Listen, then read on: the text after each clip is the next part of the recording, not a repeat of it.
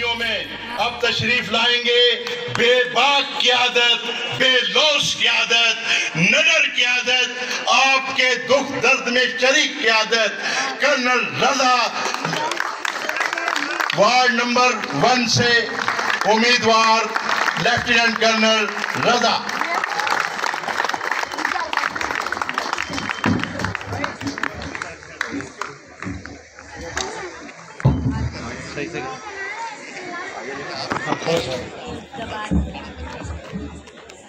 मैंने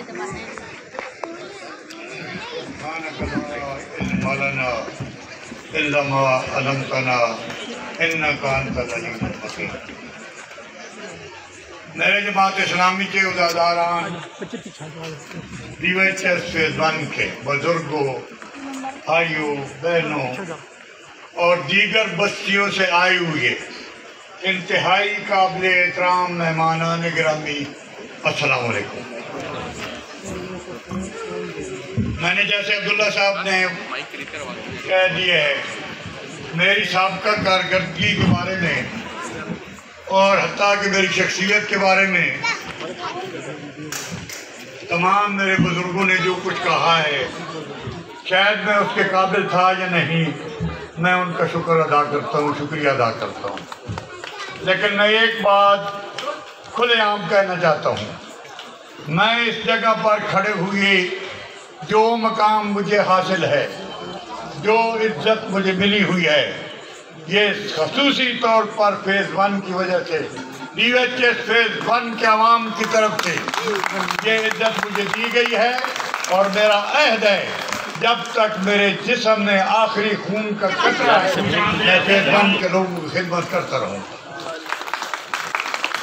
अब मैं माजी में बिल्कुल बात नहीं करूँगा, मैं मुस्तकबिल के बारे में बात करूँगा। आइंदा मैं करना क्या चाहता हूँ, पिछले 5 साल जो मुझसे हो सका मैंने कर लिया। आइंदा का लाहे अमल एक मुख्तसर सा खाका तो मैंने आपकी खिदमत में एक हैंड बिल की सूरत में पेश कर दिया है, लेकिन खसूसी तौर पर फेज़ 1 के लिए जो मैंने बात करनी है, फेज़ 1 में सबसे अहम मसला है हमारा कम्युनिटी हॉल। ये कम्युनिटी हॉल नहीं है, मैंने इसका नाम दिया हुआ है DYHS फेज़ 1 मिनी क्लब। इसका ये नक्शा है, ये उसका लेआउट है। इसमें हमने जो जो चीज़ें प्लान की हैं, मैंने कंटोनमेंट बोर्ड में ये जमा कराया हुआ है। इसके ऊपर कमो बेश लागत हमारे हिसाब से 7 से 8 करोड़ रुपए है। हमारी बदकिस्मती का आलम ये है, 2019 में 50 लाख रुपया आप लोगों की जनरल बॉडी मीटिंग में इस कम्युनिटी हॉल के डेवलपमेंट के लिए मख्तस किए गए थे, जो आपका पैसा था। आज वो पैसा अल्ले तल्ले में ज़ाया कर दिया गया है। अब्दुल्ला साहब ने जिस खत का जिक्र किया है, इस किस्म के खत मैंने 20 लिखे हैं और उसमें मैंने बार बार ये मुतालबा दोहराया है कि ये पैसे वापस होने चाहिए। इन पैसों के अखराजात में स्टेशन हेडक्वार्टर, स्टेशन कमांडर ने बार बार मना किया, ये पैसे मत खर्च करो। कंटोनमेंट बोर्ड ने बार बार लिखा कि ये कंटोनमेंट बोर्ड के काम है, आपका काम नहीं है, ये हम करेंगे। खुदा जाने इनका क्या मकसद था। इन्होंने हमारा 75,40,000 रुपया 75,40,000 रुपया REC फंड का मुजाया कर दिया है, बर्बाद कर दिया है।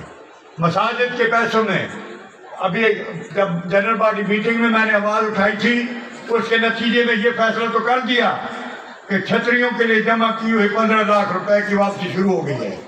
अभी भी भाई 16 लाख रुपया हमारे जामे मस्जिद के कारपेट के लिए जमा हुए थे, वो पैसे भी वापस आने हैं। मेरा अहद है, मैं आखिरी दम तक, हमने स्टेशन कमांडर को कह दिया है कि रीजन कमांडर तक बात पहुंचा दी है, इसकी इंक्वायरी होगी। जब तक ये इंक्वायरी कोई चीज़ साबित नहीं करती, मैं लफ्ज़ खुर्द इस्तेमाल नहीं करूँगा, लेकिन इस पैसे का ज़िया ज़रूर हो गया है। हमारा पैसा ज़ाया हो चुका है। आज वो 50 लाख रुपया होता, हम अपने पैसों से भी इसकी इब्तिदा कर सकते थे। ताहम फिर भी इसको मरहलवार मुकम्मल करने के लिए पहले बजट में 2,20,00,000 रुपया इस साल इस बजट में मुख्तस कर दिया गया है, जिससे ये कम्युनिटी हॉल इंशाअल्लाह पहला मरहला शुरू हो जाएगा। अगले 1-2 मरहलों में इंशाअल्लाह इसको और पूरा करूँगा।